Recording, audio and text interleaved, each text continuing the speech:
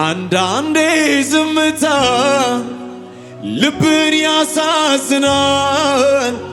ስፍራን መጠበቅ ዋጋ ያስከፍላል። ቢሆንም በትዕግስት በጥላው ስር መሆን ሰልፍ ያለማምዳል፣ ያጸናል ጉልበትን። የመከረኝን የረዳኝን እግዚአብሔርን አመሰግናለሁ፣ አመሰግናለሁ። የመከረኝን ያኔ የረዳኝን እግዚአብሔርን